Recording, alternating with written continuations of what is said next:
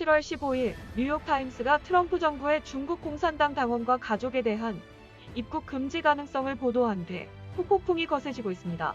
보도가 나간 뒤 구글 검색창에는 공산당 탈퇴를 의미하는 퇴당 단어의 검색이 평소보다 100배가량 늘었으며 대부분은 중국인들이었습니다. 이번 사안에 대해 전문가들은 상징적 의미가 매우 크다고 보고 있는데 미국이 중국 공산당과 단절하려는 의지와 결의가 분명히 나타났다고 파악하고 있습니다. 또 이미 미국에 거주하고 있는 공산당원에게도 큰 영향을 미치고 있는데 이들 중에는 미국에서 추방될 것을 우려하는 사람도 상당히 많습니다. 실제로 뉴욕에 소재한 전세계 탈당 서비스 센터에는 이들로부터 문의 전화가 쇄도하고 있는데 주요 내용은 탈당을 하면 탈당 증명서를 받을 수 있느냐는 겁니다. 파룬궁 수련자들이 운영하는 탈당 서비스 센터는 2005년부터 중국 공산 조직원들의 탈퇴 서명을 받고 있는데 지금까지 3억 6천만 명 이상의 서명을 받았습니다. 서명한 중국인들에게는 탈당 증명서를 발급하고 있는데 미국 정부는 이 증명서를 비자 신청 시 유효한 문서로 인정하고 있습니다. 미국과 중국 공산당과의 파국은 지난 5월 6일 폼페이오 국무장관이 기자회견에서 앞으로 미중 관계에서 윈윈 상황은 없다는 입장을 밝힌 후 악화일로를 치닫는 모양새입니다. 기존의 미국 정부가 추진해온 중국과의 조정과 절충의 협상은 완전히 끝났다는 걸 명확하게 선언하는 발언이었습니다. 이는 미국이 향후 중국 공산당 없는 새로운 국제 질서를 수립하겠다는 전략을 비친 것이며 지난 수개월 동안 이러한 목표로 대중 정책을 펼치고 있는 게 분명히 나타나고 있습니다.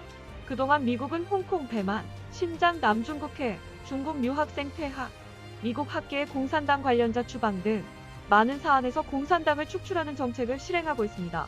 최근 폼페이오 국무장관, 오브라이언 국가안보보좌관, 윌리엄 바 법무장관도 각종 연설에서 중국과 중공을 분리하며 강도 높은 대중 공세를 펼치고 있습니다.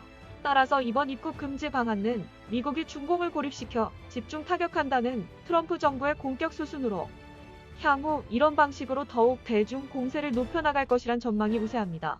트럼프 대통령은 지금 초안이 마련된 공산당원 입국 금지 방안에 대해서도 서명할 것이란 예상이 높습니다. 미국에는 이민국적법이란 특별법이 있어 이 법을 적용한다면 합법적으로 이번 조치를 이행할 수 있다는 겁니다. 이민국적법에 따르면 미국 대통령은 미국 안보를 위협하는 사람에 대해 입국을 금지하도록 명령할 수 있는 권한이 있습니다. 트럼프 대통령은 2017년 테러 활동이 많은 국가의 입국 금지령에 서명한 적이 있는데 이들이 국가안보에 위협이 될 것이란 판단에서 내린 결정입니다. 입국 금지령에 서명하게 되면 앞으로 공산당도 테러 조직과 유사하게 분류돼 관련자는 모두 입국 금지당하게 됩니다.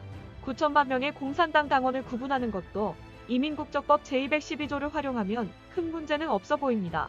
212조에 따르면 공산당 또는 공산당 주변 기관의 구성원은 미국에서 영주권을 가질 수 없으며 미국인이 될 자격이 없습니다.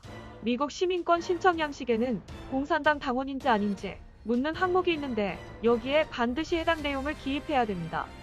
공산당원이라고 해도 예외 조항을 두고 있는데 지난 5년 동안 공산당에서 이탈한 후 일체 공산당 활동을 하지 않았다는 걸 증명하면 미국 입국이 가능합니다. 그래서 공산당원들이 탈당 서비스 센터에 탈당 증명서 발급 여부에 대해 문의하고 있는 겁니다.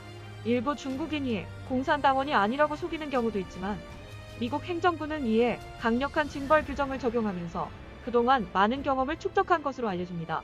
국토안보부에는 이 부분을 전문적으로 조사하는 부서가 있는데 심지어 중국의 다른 나라에 거주하는 중국인이 과거 인권탄압에 가담했는지 여부까지 파악하고 있을 정도라고 합니다.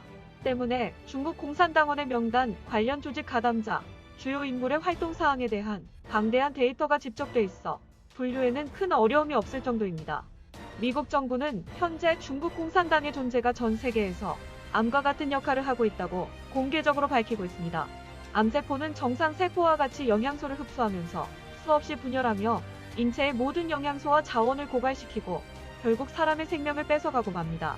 7월 16일 윌리엄 바 법무부 장관은 현재 중국 공산당은 30년 전 해난번에서 학생들에게 총을 쏘고 탱크로 짓밟았던 중국 공산당과 동일하다고 말했습니다. 더군다나 지금의 공산당은 그러한 이데올로기까지 전 세계에 수출해 더욱 세력을 확장하고 있다고 강조했습니다. 따라서 현재의 공산당은 인류를 파멸시키려는 암이라고 규정하며 전 세계에 암세포를 퍼뜨리고 있기 때문에 미국은 이 문제에 신속한 조치를 취해야 한다고 주장했습니다.